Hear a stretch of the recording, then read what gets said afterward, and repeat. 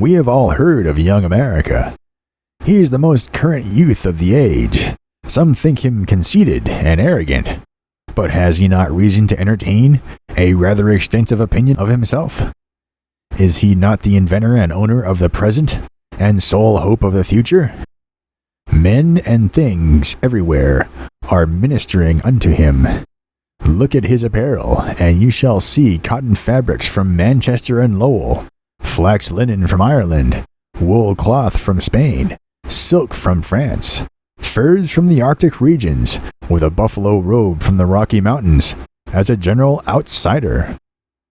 At his table, besides plain bread and meat made at home, are sugar from Louisiana, coffee and fruits from the tropics, salt from Turk's Island, fish from Newfoundland, tea from China, and spices from the Indies. The whale of the Pacific furnishes his candlelight, and he has a diamond ring from Brazil, a gold watch from California, and a Spanish cigar from Havana. He not only has a present supply of all these and much more, but thousands of hands are engaged in producing fresh supplies, and other thousands in bringing them to him. The iron horse is panting and impatient to carry him everywhere in no time, and the lightning stands ready harnessed to take and bring his tidings in a trifle less than no time. He owns a large part of the world by right of possessing it, and all the rest by right of wanting it, and intending to have it. As Plato had for the immortality of the soul, so young America has a pleasing hope, a fond desire, a longing after territory. He has a great passion, a perfect rage for the new, particularly new men for office, and the new earth mentioned in the Revelations, in which being no more sea, there must be about 3 times as much land as in the present. He is a great friend of humanity, and his desire for land is not selfish, but merely an impulse to extend the area of freedom. He is very anxious to fight for the liberation of enslaved nations and colonies, provided always they have land, and have not any liking for his interference. As to those who have no land, and who would be glad of help from any quarter, he considers they can afford to wait a few 100 years longer. In knowledge he is particularly rich. He knows all that can possibly be known, inclines to believe in spiritual wrappings, and is the unquestioned inventor of manifest destiny.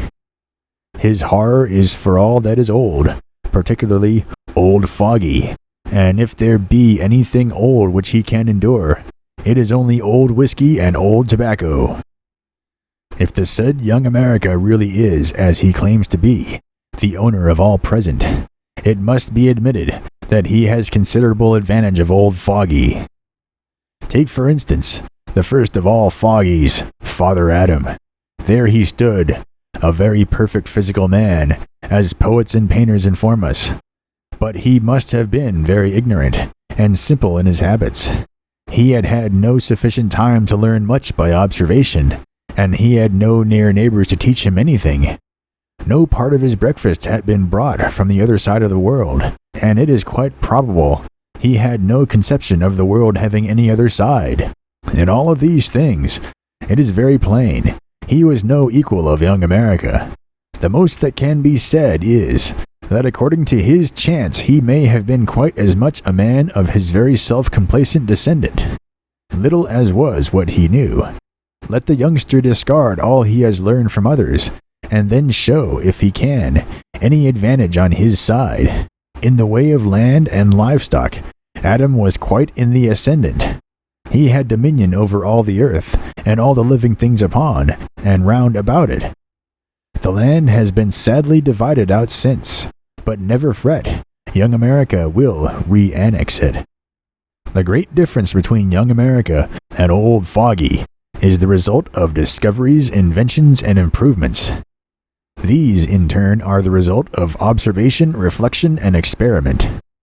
For instance, it is quite certain that ever since water has been boiled in covered vessels, men have seen the lids of the vessels rise and fall a little, with a sort of fluttering motion, by force of the steam. But so long as this was not specially observed, and reflected, and experimented upon, it came to nothing. At length, however, after many thousands of years, some man observes this long-known effect of hot water lifting a pot lid, and begins a train of reflection upon it. He says, why, to be sure, the force that lifts the pot lid will lift anything else, which is no heavier than the pot lid. And as man has much hard lifting to do, cannot this hot water power be made to help him? He has become a little excited on the subject, and he fancies he hears a voice answering, "Try me." He does try it, and the observation, reflection, and trial gives to the world the control of that tremendous and now well-known agent called steam power. This is not the actual history in detail, but the general principle. But was this first inventor of the application of steam wiser or more ingenious than those who had gone before him? Not at all. Had he not learned much of them, he never would have succeeded. Probably never would have thought of making the attempt. To be fruitful in invention, it is indispensable to have a habit of observation and reflection, and this habit our steam friend acquired, no doubt, from those who, to him, were old fogies. But for the difference in habit of observation, why did Yankees almost instantly discover gold in California, which had been trodden upon and overlooked by Indians and Mexican greasers for centuries? Gold mines are not the only mines overlooked in the same way. There are more mines above the earth's surface than below it. All nature, the whole world, material, moral, and intellectual, is a mine, and in Adam's day, it was a wholly unexplored mine. Now it was the destined work of Adam's race to develop, by discoveries, inventions, and improvements, the hidden treasures of this mine. But Adam had nothing to turn his attention to the work. If he should do anything in the way of invention, he had first to invent the art of invention. The instance, at least, if not the habit of observation and reflection. As might be expected, he seems not to have been a very observing man at first, for it appears he went about naked a considerable length of time before he even noticed that obvious fact.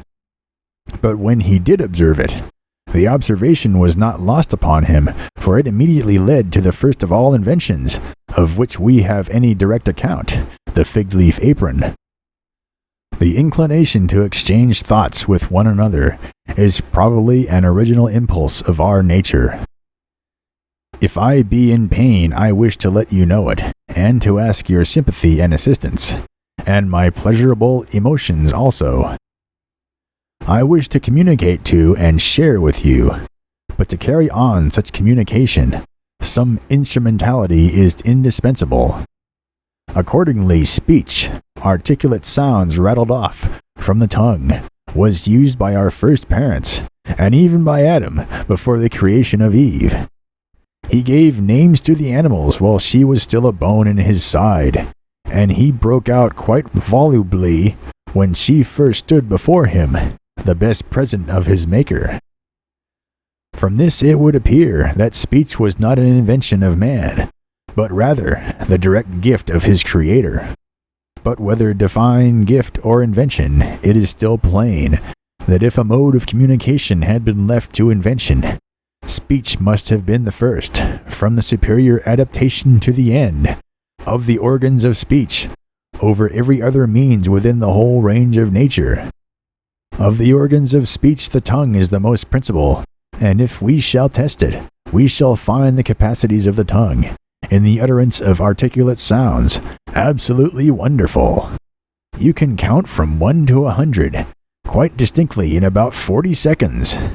In doing this, 283 distinct sounds or syllables are uttered, being 7 to each second, and yet there shall be enough difference between every two to be easily recognized by the ears of the hearer.